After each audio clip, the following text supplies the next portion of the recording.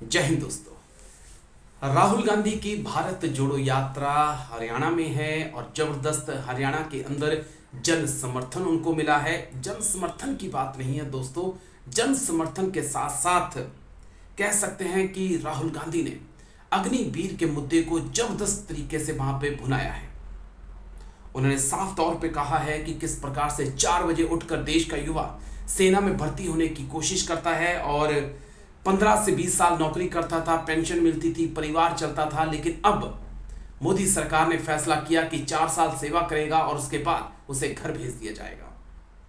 तो अग्निवीर को लेकर कई सवाल उठ चुके हैं, लेकिन अब बात हम करेंगे कि राहुल गांधी आखिरकार अग्निवीर के मुद्दे पर हरियाणा, यूपी, एमपी, राजस्थान में क्यों बढ़ चढ़ के बोल रहे हैं। आखिरकार राहुल गांधी का इसके पीछे मकसद क्या है?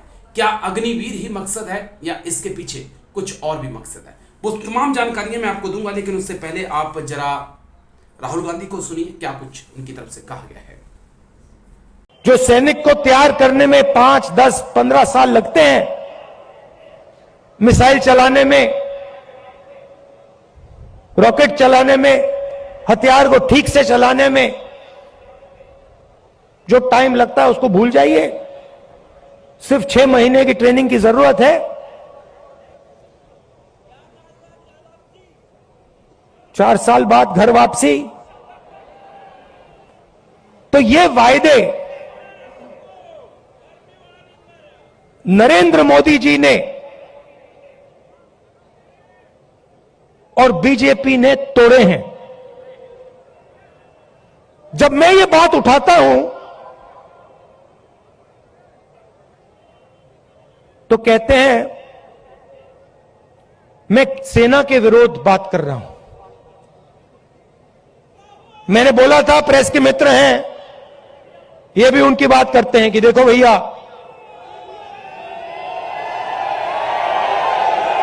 समझ गए आप,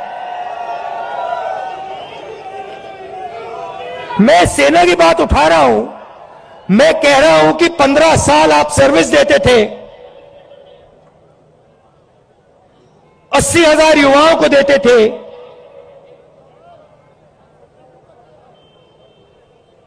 पेंशन देते थे, अब नहीं दोगे।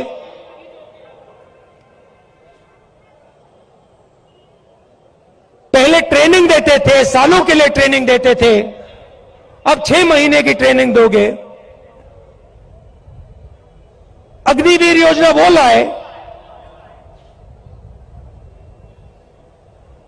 और मैं सेना के खिलाफ बात कर रहा हूं। तो अग्निवीर को लेकर जो राहुल गांधी ने पॉइंट खड़े किए हैं उस पर मैं बाद में बात करूंगा, लेकिन उससे पहले मैं जिस मुद्दे पे बात करना चाहता हूं वो आपके लिए समझना बेहद जरूरी है। दरअसल इस देश के अंदर हर साल 60 से 70 हजार सैनिकों की भर्ती होती थी और 60 से 70 हजार सैनिक या 80,000 सैनिक जो थे हर साल रिटायर होते थे। रिटायर भी होते थे, उनको पेंशन भी मिलती थी, उनका परिवार भी चलता था। और इस देश के अंदर हर साल कम से कम 30 से 40 लाख युवा सेना में भर्ती होने की कोशिश करते हैं। उन युवाओं में से सिर्फ 70 या 80 हजार को ही देश की सेना में शामिल होने का मौका मिलता है। बाकी अगली बार ट्राई करते हैं या उनकी ट्राई करते करते उम्र निकल जाती है।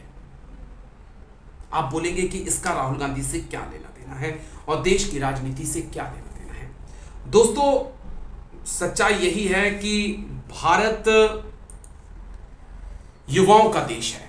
भारत की आबादी का जो हिस्सा है वो काफी 27% से ज्यादा हिस्सा जो है वो युवा है, यानी भारत युवाओं का देश है। भारत 15 से लेकर 30 साल की जो एज ग्रुप का एक देश है, जहां पर लगभग 37 करोड़ से ज्यादा आबादी जो है भारत की वो युवा है, यानी कि लगभग आबादी का 27%।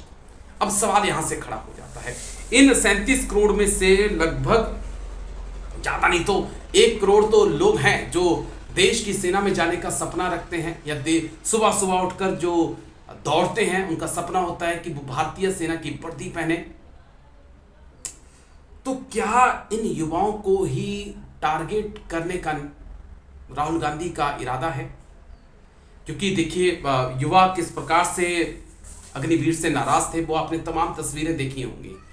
और अब अगर इन युवाओं तक ये बात पहुंचती है कि अगर कांग्रेस सत्ता में आती है तो अग्निवीर खत्म किया जाएगा और फिर से उन्हें 15, 20, 24, 30 साल की नौकरी मिलेगी, तो ये बड़ा गेम चेंजर साबित हो सकता है। ये आपको समझना होगा। मैंने जैसा आबादी के हिसाब से कहा कि 37 करोड़ से ज्यादा आबादी इस देश की युवा है। इस 37 करोड़ की आबादी को अगर राहुल गांधी साधने में कामयाब हो जाते हैं, हर उस युवा तक ये बात पहुंचाने में कामयाब हो जाते हैं कि अगर कांग्रेस सत्ता में 2024 में आएगी तो अग्निवीर को खत्म किया जाएगा और उसकी जगह जिस प्रकार से आजादी के बाद से सेना में भर्ती हुआ करती थी और लोगों को 15, 17, 20, 24, 30 साल नौकरी करने को मिला करती थी, उसी प्रकार से नौकरी मिलेगी।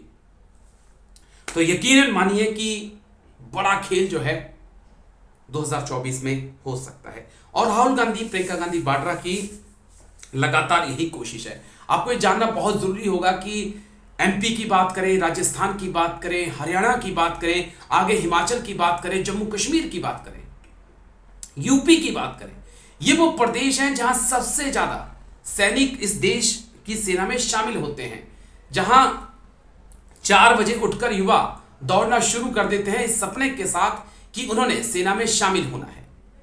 तो राहुल गांधी ने उसी नब्ज को पकड़ा है और अगर राहुल गांधी वाकई में इस मुद्दे को भुनाने में कामयाब हो जाते हैं तो समझिए एक बहुत बड़ा प्लस पॉइंट उनके साथ होगा। देश का युवा उनके साथ खड़ा होगा और कहीं ना कहीं 2024 में एक बड़ा जन समर्थन कांग्रेस पार्टी को मिल सकता है युवाओं की तरफ से। लेकिन इस मुद्दे को शायद और बड़ी लेवल पर और तेजी से कांग्रेस भुनाने की कोशिश करेगी, क्योंकि जिस प्रकार से युवाओं का साथ उन्हें मिल रहा है उससे